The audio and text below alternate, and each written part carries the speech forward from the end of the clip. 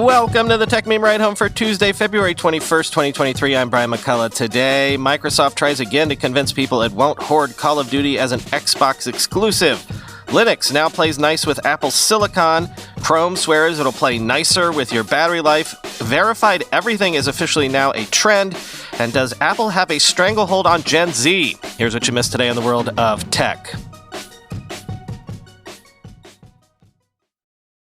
Looks like they're still trying to push this one over the line. Microsoft President Brad Smith says the company signed a binding 10-year contract to bring Call of Duty games to Nintendo consoles on the same day as Xbox. Quoting GeekWire, Microsoft President Brad Smith tweeted late Monday that the agreement, first announced in December, is now binding. Quote, "This is just part of our commitment to bring Xbox games and Activision titles like Call of Duty to more players on more platforms," Smith said in his tweet. Call of Duty will be available to Nintendo players on the same day as Xbox games, quote, "with full feature and content parity," according to Microsoft's statement. The deal is part of Microsoft's effort to help convince regulators to approve the acquisition of Activision. The U.S. Federal Trade Commission is attempting to block the deal, and Microsoft is facing similar headwinds in Europe. Reuters reported that Smith and other executives will speak to EU antitrust regulators at a closed hearing this week about the deal. Microsoft laid out its case against the FTC in December, describing itself as, quote, "the third-place manufacturer of gaming consoles," end quote, and its acquisition target as, quote, "one of the many publishers of popular games," end quote. In opposition to the acquisition, PlayStation maker Sony has expressed concern that Microsoft might make future Call of Duty games and other big Activision titles exclusive to Microsoft Xbox. The deal was first announced more than a year ago. It would be the largest acquisition in the Redmond company's history, eclipsing its $26 billion purchase of LinkedIn in 2017, end quote.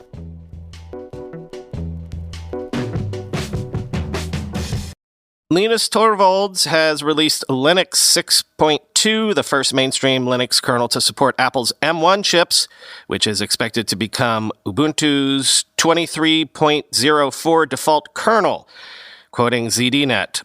Linux 6.2 was released yesterday, and Linus Torvalds described the latest Linux kernel release as, quote, "maybe it's not a sexy LTS release like 6.1 ended up being, but all those regular pedestrian kernels want some test love too," end quote. For once, I disagree with Torvalds. By adding upstream support for the Apple M1 Pro, M1 Max, and M1 Ultra chips, newer Mac owners can look forward to running Linux on their M1-powered machines. And for techies, that's sexy. Getting Linux to run on the M1 family wasn't easy. When those high-powered ARM chips first arrived, Torvalds told me in an exclusive interview that he'd like to run Linux on these next-generation Macs, but while he'd been, quote, "waiting for an ARM laptop that can run Linux for a long time," he worried, saying, quote, "the main problem with the M1 for me is the GPU and other devices around it, because that's likely what would hold me off using it, because it wouldn't have any Linux support unless Apple opens up," end quote. Fortunately, Asahi Linux, with brilliant software engineer Alyssa Rosenzweig, was up to the challenge. By July 31st, 2022, Torvalds was pleased to announce that after, quote, "waiting for a long time," Linux on ARM and the M1 in specific was finally reality thanks to the Asahi team. "We've had ARM 64 hardware around running Linux for a long time, but none of it has really been usable as a development platform until now," end quote.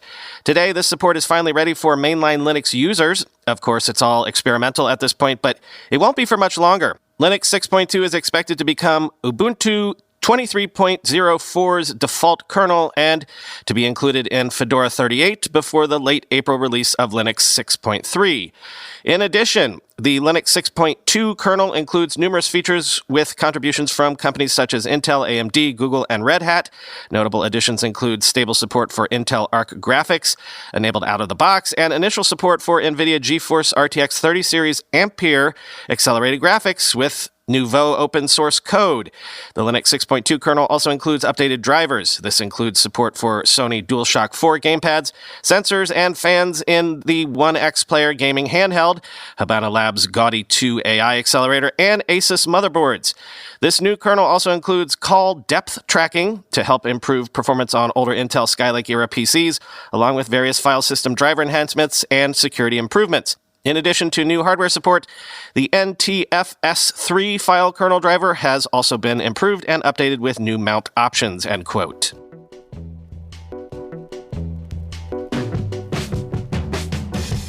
Google has updated Chrome for Windows, Mac OS, and Chrome OS with new memory saver and energy saver features that are on now by default, quoting Android Police.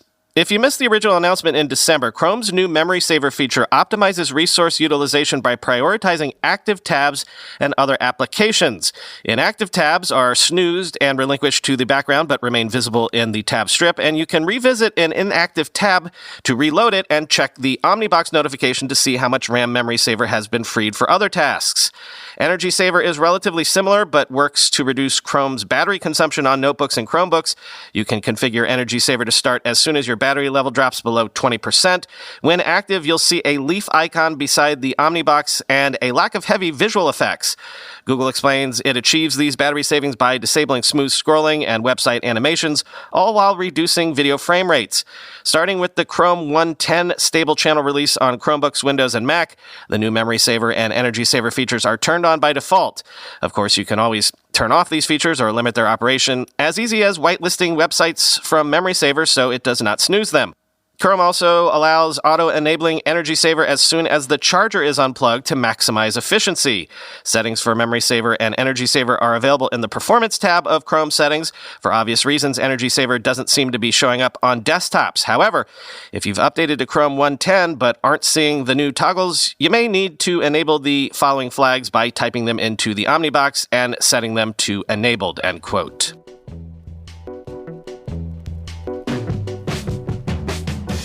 Catching you up now on a couple things we missed over the long weekend. First up being Meta announced Meta Verified, offering a blue badge.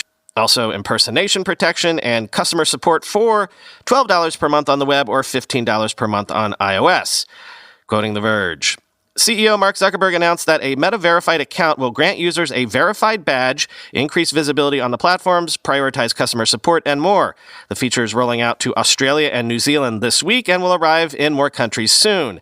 This week, we're starting to roll out Meta-verified, a subscription service that lets you verify your account with a government ID, get a blue badge, get extra impersonation protection against accounts claiming to be you, and get direct access to customer support, Zuckerberg writes. This new feature is about increasing authenticity and security across our services, end quote. In order to sign up to become Meta Verified, you need to meet minimum activity requirements, be at least 18 years of age or older, and submit a government ID that matches the name and photo you have on Facebook or Instagram. The new offering sounds a lot like Elon Musk's $8 per month version of Twitter Blue, but Meta notes that it won't make any changes to accounts that have been verified using the company's previous requirements, including notability and authenticity. Additionally, users who sign up for the service will get exclusive stickers for stories and reels and will also receive 100 free stars per month, or the digital currency you can use to tip creators on Facebook. Meta notes that businesses can't yet apply for Meta Verified badges and that you can't change your profile name, username, birthday, or profile photo without going through the verification process all over again. When the service launches in Australia and New Zealand this week, it'll cost $19.99 Australian on the web and $24.99 Australian on mobile, or $23.99 New Zealand on the web and $29.99 New Zealand on mobile. The higher cost on iOS and Android is likely a way to offset the commission both Apple and Google take on in-app purchases, end quote.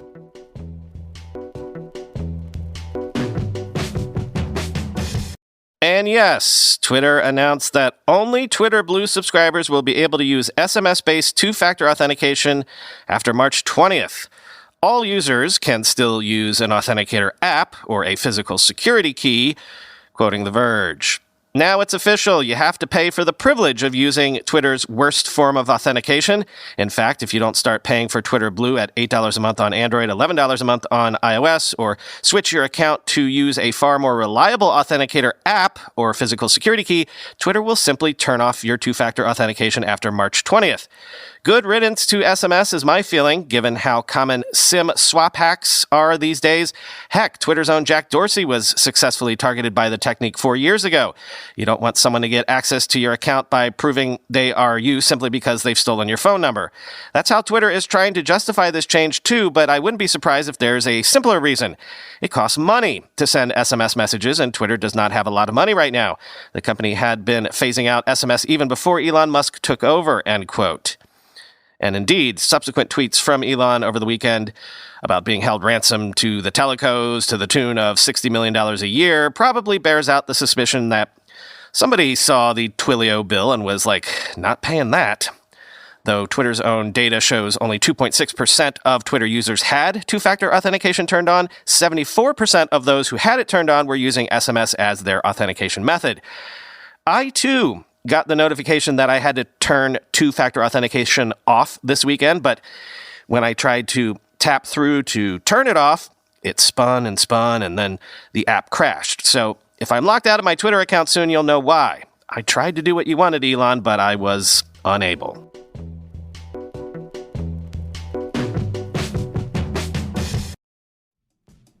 If you own a small to medium-sized business that kept employees on payroll through COVID, you may have a big cash refund waiting for you. The Employee Retention Credit is a tax credit of up to $26,000 per employee. And now more businesses than ever qualify. The experts at RefundsPro.com specialize in cutting through the red tape of qualifying for this government program. Most of their refunds are over $100,000. Even businesses that have received PPP funds may be eligible. And there are absolutely no fees unless you receive a refund, so there's no reason not to apply. If your business experienced shutdowns, limited capacity, supply chain challenges, or reduced revenue due to COVID, you likely qualify. RefundsPro.com has already helped hundreds of businesses, so don't lose the refund you're owed by missing the deadline. Get started today with a free 5-minute questionnaire at RefundsPro.com. That's refunds with an S, pro.com.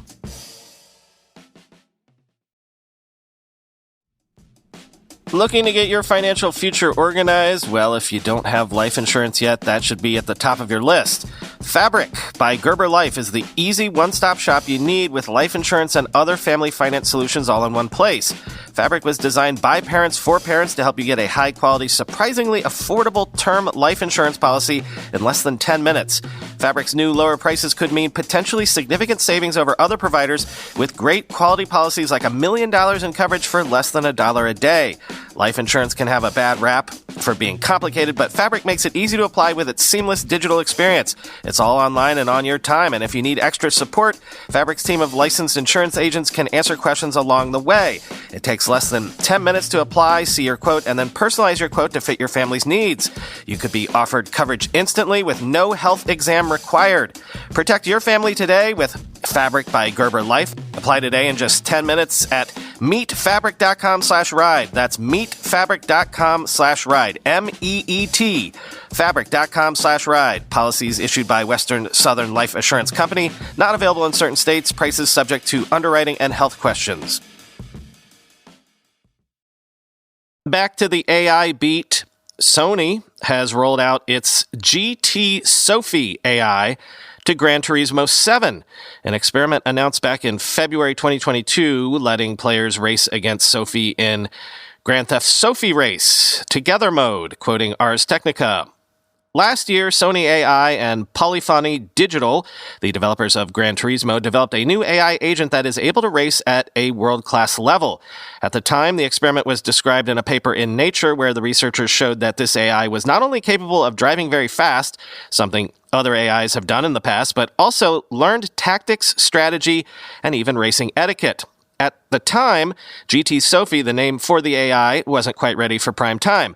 For example, it often passed opponents at the earliest opportunity on a straight, allowing itself to be overtaken in the next braking zone. And unlike human players, GT Sophie would try to overtake players with impending time penalties. Humans would just wait for that penalized car to slow and gain the place. But in the intervening year, Sony AI and Polyphony Digital have been working on GT Sophie, and tomorrow, GT Sophie rolls out to Gran Turismo 7 as part of Update 1.29, at least for a limited time. Until the end of March, players can try their skills against Sophie in the GT Sophie Race Together mode in a series of races with increasing difficulty levels. There's also a 1-versus-1 match where you can race Sophie in identical cars so you can see how much slower you are than the AI. Unlike the conventional built-in AI, GT Sophie drives with continuity in a large variety of situations, which allows users to enjoy the excitement of a close battle as if they are playing against a professional racing driver. This is an important evolution even from the standpoint of racing game history. We will continue to evolve GT Sophie to realize our concept of race together, where we envision providing a fun opponent for players to race against and learn from, a Sony representative said. Although this version of Sophie will be time limited in the game, it won't be the last we see of the AI. Sony says it will collect feedback on this initial feature and use that to improve the AI for future updates, end quote.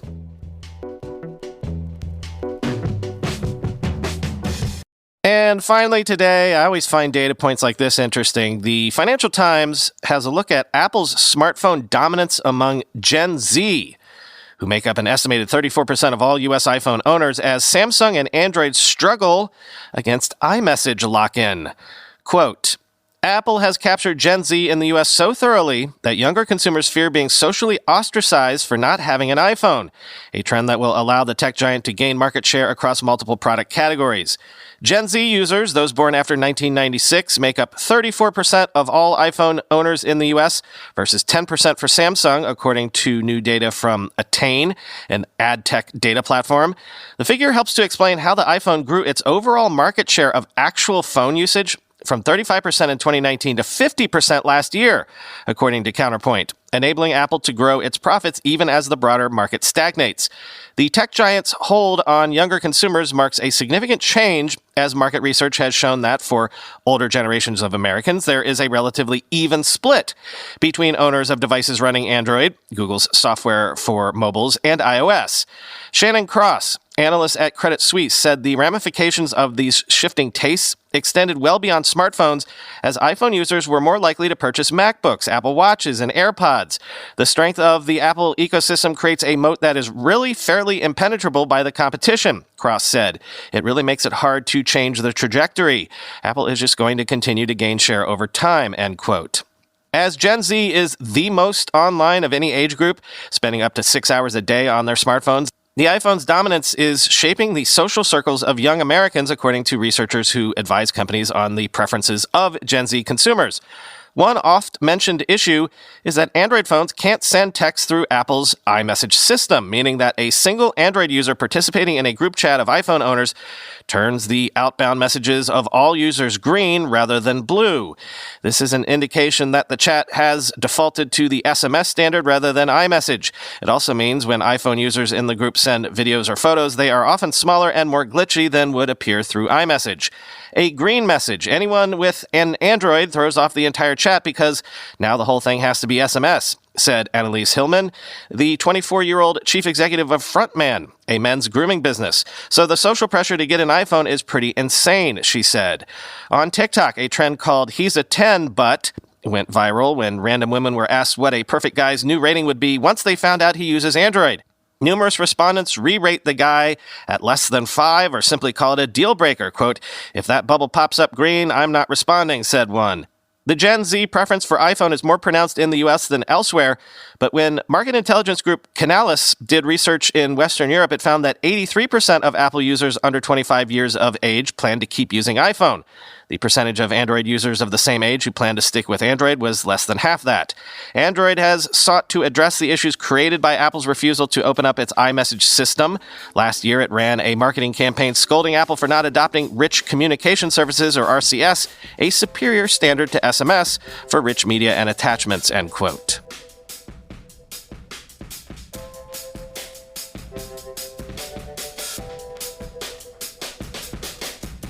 I've been dodging construction happening outside my window all day. I had to rush to record when the crew outside was taking breaks. Hopefully I dodged the banging, but there might be a faint whine in the background too. I apologize if you can hear that. Hey, quick hive mind question too.